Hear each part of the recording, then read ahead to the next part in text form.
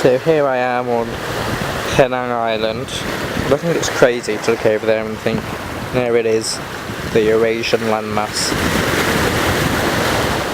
I could walk from there. Oh, hello. I could walk from there to England. That's not England there. That's just more Malaysia. But eventually, I mean, obviously crossing the English Channel on the way through the Channel Tunnel. So I think I'm in the centre of Georgetown, which I've decided because it has a National Geographic concept store, which makes me think that this is the sort of place where Lonely Planet types come. I mean, if this looks potentially like the centre, I'm going to go see if China House is open, because I've heard quite a lot about that. I mean, they're white, so this must be touristy. It absolutely reeks here. Although I don't think it's... oh, there's more white people. I don't think it's as dirty as Kuala Lumpur. This is Fort Cornwallis, or Cornwallis. I can only presume this has some link to Cornwall, but I don't actually know what that link is. But this is something about Queen Victoria and her Diamond Jubilee. Really need some food, but nowhere's open. Well, the places that are open are completely dead, which makes me think that they're probably not that good. Although I don't know if that theory applies here or not. Oh, I suppose I'm getting stuck under here. Oh, yeah, we're through.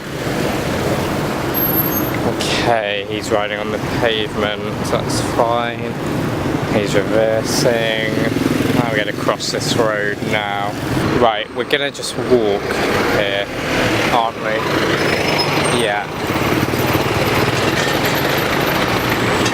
I'm standing in the road now. I'm just going to step back.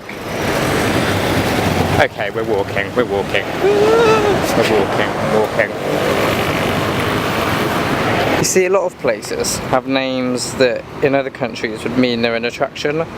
Like Church Street Pier, that sounds like it would be something. Like, you know, hey, how you doing? I'll meet you at Church Street Pier, yeah?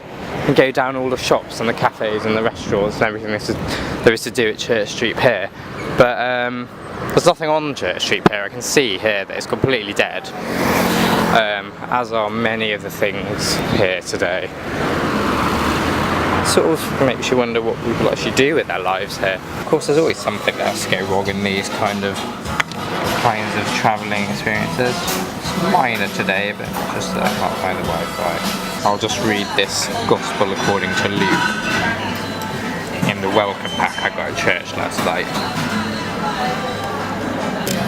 I've literally just opened it and I'm already bored. I think I'd rather just look at nothing. So we'll just close that. Maybe I'll read the notice sheet instead. And I've just finished my curry, which for those of you who know me, know that that's an incredibly adventurous thing for me to do.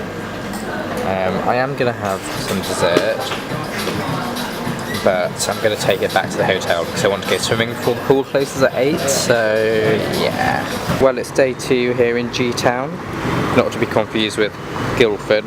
No, this is Georgetown. Although perhaps as British as somewhere like Guildford, as this features an Odeon. This is very entertaining, I might go hit now. Yeah, I'm going to need some clarification on this one. Ladies' fingers. Okay, this isn't what I was expecting, but that's fine. I think that this speaks volumes about something. This abandoned colonial church. Sort of a mini Notre Dame-esque structure.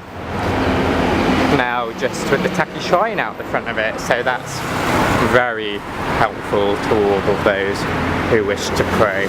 You know, you're trying to find a perfect vantage point for a photo, and everywhere you go there's an obstruction, a yellow sign, See, oh no, lamppost. Oh, and then there's traffic as well.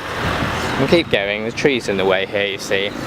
But we could have that at the side of the shot to frame it nicely. So we can move this way, but oh no, and then we've got this big grey side in the middle of the architecture.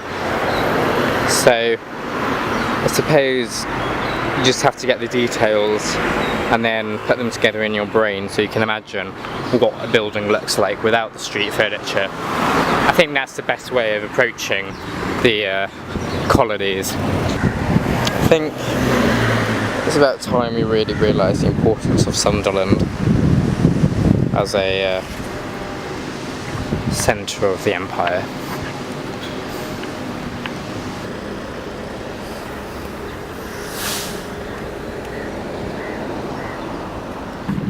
Well, you know where I am. Coming up to Fort Cornwallis, aren't I? I remember this lighthouse as if it was yesterday. Reminds me very much of Colombo here. So the thing about Fort Cornwallis is it was built as a fort to defend Georgetown, but its defensive quality was actually never tested, which I think is probably just as well, because if you see how short the wall is there, I mean you could climb over that with a stepladder. In fact, given the shape of it, you might not need a stepladder, you could probably just climb up it.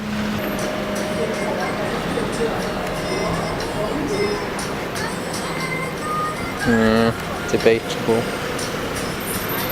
So apparently Georgetown is the only place in Peninsular Malaysia to use English street names. And I think actually they're potentially quite proud of their colonial history here, because everywhere I go